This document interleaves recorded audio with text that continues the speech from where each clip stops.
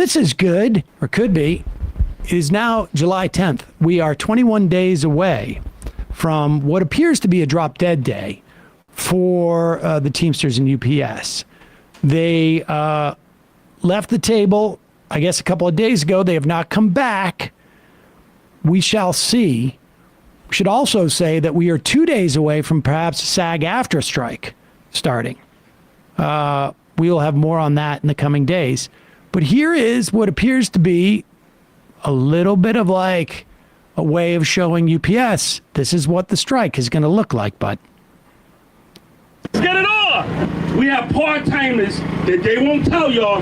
The drivers make a decent wage. It's not even good enough. Because they're out there in the heat, the winter, they need more money. And they tell y'all they make $40. But what they won't tell y'all is this. We have part-timers in there only making $16 living in shelters. How do you be a multi-billion-dollar company and you have people living in shelters and you have the nerve to look at them and say, well, I think you make enough.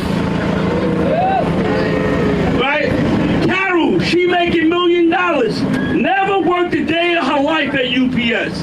They put a video on where she moved the same box maybe 10 times in a minute. She would pass out if she had to do the work in the warehouse that these brothers and sisters are doing. If she had to get on a truck, she'd probably make one stop before she passed out. All right? Without the working people, which are y'all in America, this world does not move. During the pandemic, without UPS, we made sure that they had their toilet papers, their medicine, and everything else.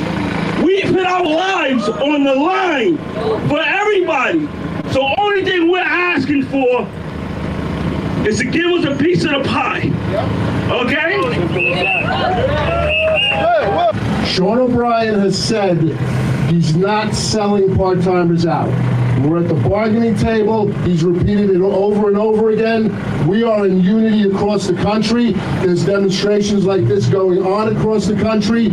We are not selling anybody out in this contract. That's a fact. All right? The last 2 days of bargaining, all of a sudden, UPS, who admitted throughout all these negotiations that you guys and girls make the money for them. You guys and girls are the face of the franchise, that we're going to reward them. All of a sudden, it's like when somebody goes to dinner with 9 people and everybody gets alligator arms at the dinner table. And now... Alligator arms. Nobody reaches for their wallet. They can't reach their wallet. Too short. That's funny. He's talking about O'Brien as the head of the Teamsters, and the first guy was talking about the CEO of UPS. Carol Tome. She's going to be out there. Loading boxes. Oh, I'm sure. Well, she'll have to be, I guess. Queen Scab. Sean O'Brien, the new president, won on his reform desires. The interesting thing that's happening with all of these unions, and I think it's happening even with SAG-AFTRA, at least there are cadres in these unions that have been used to doing things in a certain way and used to be fair to them to some extent, used to the disposition of the public to be inhospitable to labor action. I mean, there's an analogy to be made on some level with like democratic leadership. They learned how to be politicians in an era of like retrenchment and, Bill Clinton saying the era of big government is over and a rise of neoliberalism, and the landscape never changes from their perspective. Even the Nixon Democrats, that was like a be skeptical of the government yes. type of thing. And you don't lose that. You don't lose that, I think, for a lot of people. But what's happening in these unions is that they realize their membership, in many instances, are more willing to take labor action than even the leadership, significantly so. In fact, we saw this in the teacher movement back with 2017, I think it was, in the Red State Revolt.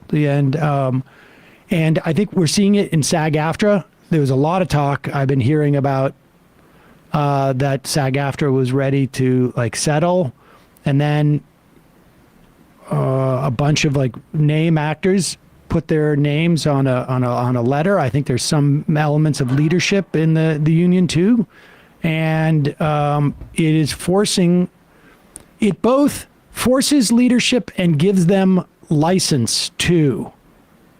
Right? If you just assume always as just a baseline that leadership always wants more than anything else to stay as leadership. If you just assume that, I'm sure there's instances where that's not the case, but if you always assume that, then you realize the power that the members or the citizens broadly have, which is, can force them in certain directions, as reluctant as they are to do anything that involves risk. They also, one of the speakers there was mentioning how there are people living in shelters working for UPS. And this is just a reminder that, like, there are a lot of Walmart workers, for example, who are on food stamps because even if they work full time, they can't afford to feed themselves or their family. Like, the government subsidizes these corporations paying poverty wages for their workers. If we were to mandate much higher wages throughout the country, that would, for you small government conservatives, it would save the government money. I mean, we don't think like that. But the point is that they know that there's a level of insecurity that they can impose on their workforce, because that'll get picked up in other areas. And that's why some of this labor action is so desperately needed, and why, honestly, government intervention will be needed to secure better wages and protections for people.